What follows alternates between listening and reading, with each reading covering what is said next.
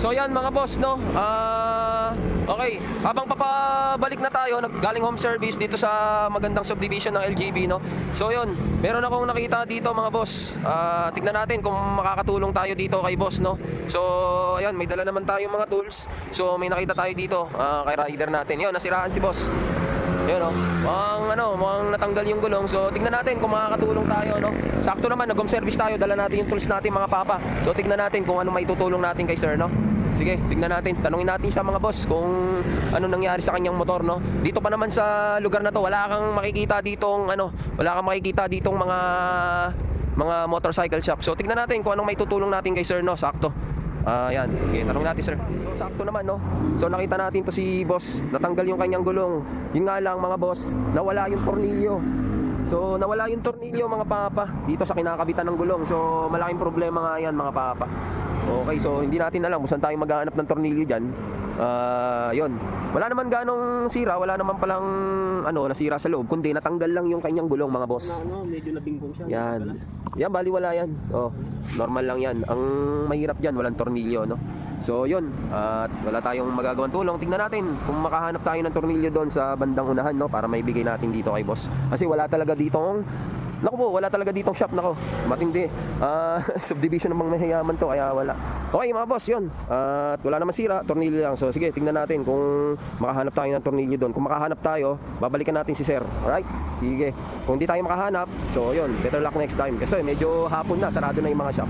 Alright, sige. Tingnan natin yung natin, may tutulong natin ngayon. Alright, salamat. Yun, nakabili na tayo ng tornilyo, no? So babalikan na natin yung tropa natin na nakita natin na tirigan. Alright? So yun. So dalawa na yung binili ko dito sa shop mga boss, para in case na maliit o malaki, yun, meron tayong reserba, no? Okay, sige, puntahan na natin yung tropa natin na tumira. Ito. Siyempre mga boss, pababayaran ko sa kanya to, no?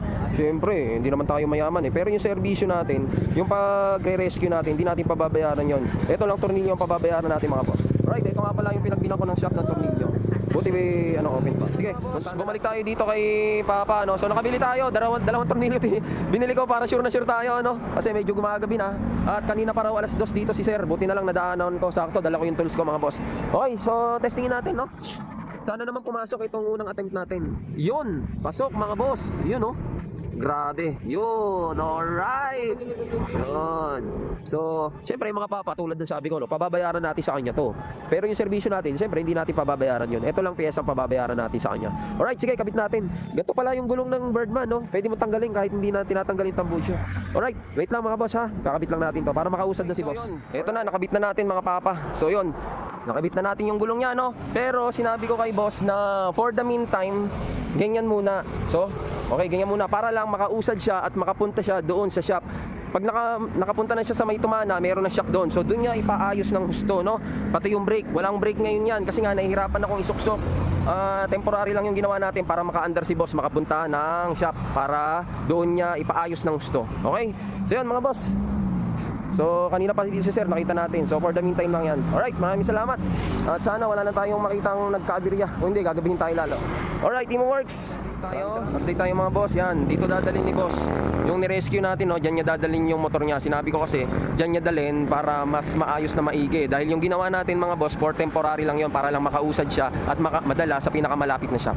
Okay? Tsaka nga pala yung tornilyo mga boss, hindi ko na pinabayaran kay sir. So sabi niya kasi, unang biyahe pa lang daw niya at wala pa siyang kita. So hindi ko na pinabayaran, sa kanya na lang yon. Basta sinabi ko, dalhin niya na sa pinakamalapit na shop para mas maayos na maigi. Alright, Imo Works, maraming salamat. Tulungan lang para umangat tayo sa buhay. Alright.